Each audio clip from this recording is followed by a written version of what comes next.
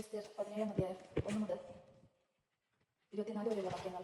രാജശാസ്ത്രം കത്തിന്റെ പകർപ്പ് മഹാരാജാവായ അഹസ്വേരോസിന്റെ മുതൽ എത്തിയോപ്പ വരെയുള്ള 127 പ്രവശ്യങ്ങളിലെ ഭരണാധിപന്മാർക്കും നമ്മുടെ ഭരണത്തോട് കൂറുള്ള ഏവർക്കും അഭിവന്ദനങ്ങൾ അർപ്പിക്കുന്നു. ഉപകാരികൾ എത്ര വലിയ കാരുണ്യത്തോടെ ബഹുമാനിക്കുന്നുവോ അത്രയധികം പകരം അഹങ്കരിക്കുന്നു. അവർ നമ്മുടെ പ്രജകളെ നിരക്കാൻ ശ്രമിക്കുന്നത് മാത്രമല്ല, ഐശ്വര്യം കണ്ട് സഹിക്കാനാവാതെ തങ്ങളുടെ ഉപനാരികൾക്കെതിരെ ഗൂഢാലോചന നടത്തുകയും ചെയ്യുന്നു. വിദഗ്ധതാഭാവം മനുഷ്യരിൽ നിന്ന് നീക്കിക്കളയുന്നു.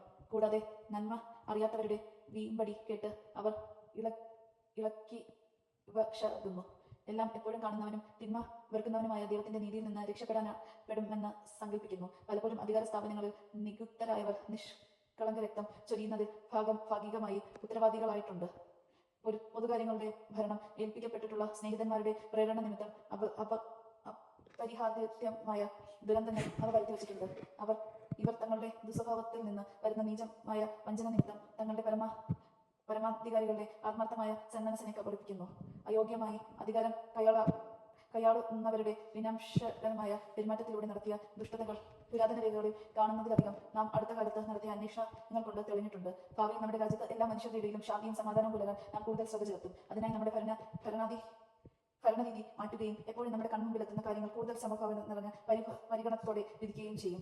ഹമദായുടെ മകനും മെദോനിക്കയുടെ കാരനും തീർച്ചയായും പേർഷ്യൻ രക്തത്തിന് അനന്യം നമ്മുടെ ദയയെയും തീണ്ടിയിട്ടില്ലാത്തവനുമായ ഹമാൻ നമ്മുടെ അതിഥിയായി ഇത്രയും കാലം എല്ലാ ജനതകളുടെ നിലയിൽ നമുക്ക് സന്മനസ്സിന്റെ ഫലം അനുഭവിച്ചു. നാം അവനെ പിതാവെന്ന് വിളിക്കുകയും എല്ലാവരും എന്നും അവനെ രാജസിംഹാസനത്തിന്റെ 2ാം സ്ഥാനക്കാരനായി കുമ്പിട്ട് വണങ്ങുകയും ചെയ്തു പോന്നു. എന്നാൽ അഹങ്കാരം അടക്കാനാകാതെ അവൻ നമ്മുടെ രാജ്യവും ജീവനും തട്ടിയെടുക്കാൻ തുനിഞ്ഞിറങ്ങി. കാപട്യവും കൗടല്യവും കൊണ്ട് അവൻ നമ്മുടെ രക്ഷകനും സ്ഥിരം ഉപകാരിയുമായിരുന്ന മർദക്കയെയും നമ്മുടെ നിഷ്കളങ്കയായ സഹധർമ്മിണിയും എസ്തറിനെയും അവരോടൊപ്പം അവരുടെ ജനത്തെ നശിപ്പിക്കാൻ അനുവാദം ചോദിച്ചു. ഇങ്ങനെ നാം അരക്ഷിതരാകുമെന്ന് തൽഫലമായി രാജ്യം പ്രേഷ്യക്കാരിൽ നിന്ന് മക്കദോനിയക്കാരിലേക്ക് കൈമാറുമെന്ന് അവൻ കരുതി. പക്ഷേ അഭിശപ്തനായ ഇവനാൽ പൂർണ്ണനാശത്തിന് വിൽക്കപ്പെട്ട പ്രവർത്തിക്കുന്നവരില്ലെന്നും ഏറ്റവും നീതിയുക്തമായ നിയമങ്ങളാൽ നയിക്കപ്പെട്ടവരാണെന്നും ഏറ്റവും ശക്തനായ ജീവിക്കുന്ന ദൈവമായ അത്യുന്നതന്റെ മകളാണെന്നും ഞാൻ കാണുന്നു.